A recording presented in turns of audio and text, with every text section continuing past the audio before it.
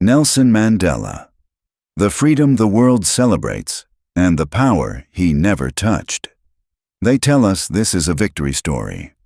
A man walks free after 27 years in prison. A nation sings, the world applauds.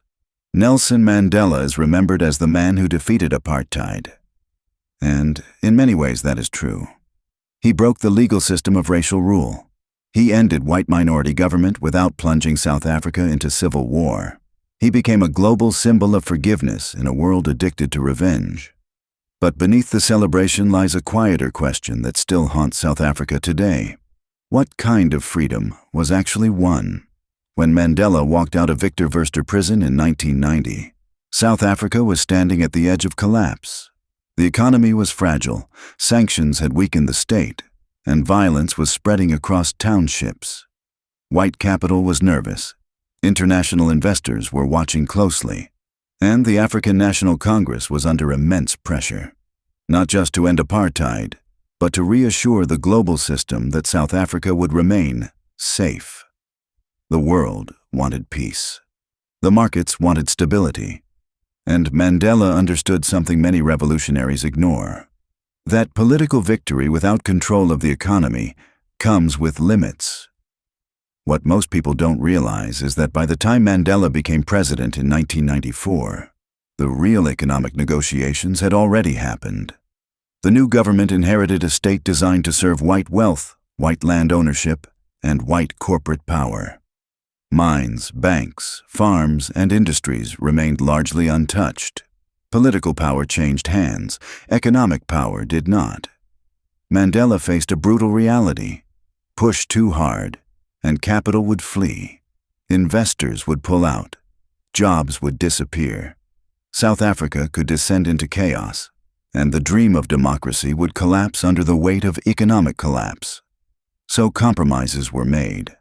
Nationalization was shelved. Land reform was slowed. Markets were reassured. The apartheid flag came down, but the economic architecture remained standing. This wasn't weakness. It was calculation. Mandela chose reconciliation over confrontation. He believed that stabilizing the country came first, that economic justice could be pursued later, once democracy was secure. And for a time, the world praised him for it. South Africa was called a miracle, a rainbow nation, a model transition. But miracles have expiration dates. As years passed, inequality deepened.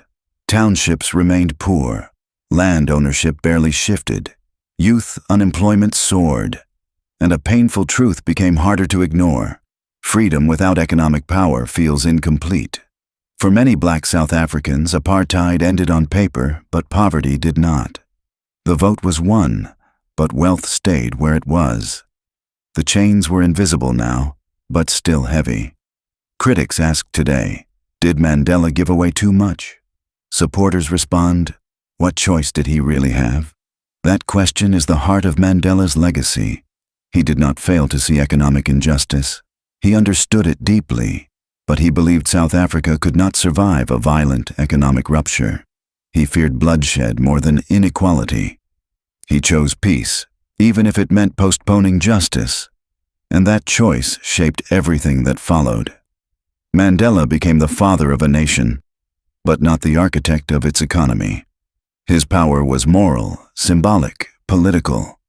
The deeper systems of ownership, extraction, and capital remained largely untouched. So when people chant his name today, they are often celebrating what he achieved, while living with what he could not change. Mandela gave South Africa political freedom. He gave the world a lesson in reconciliation.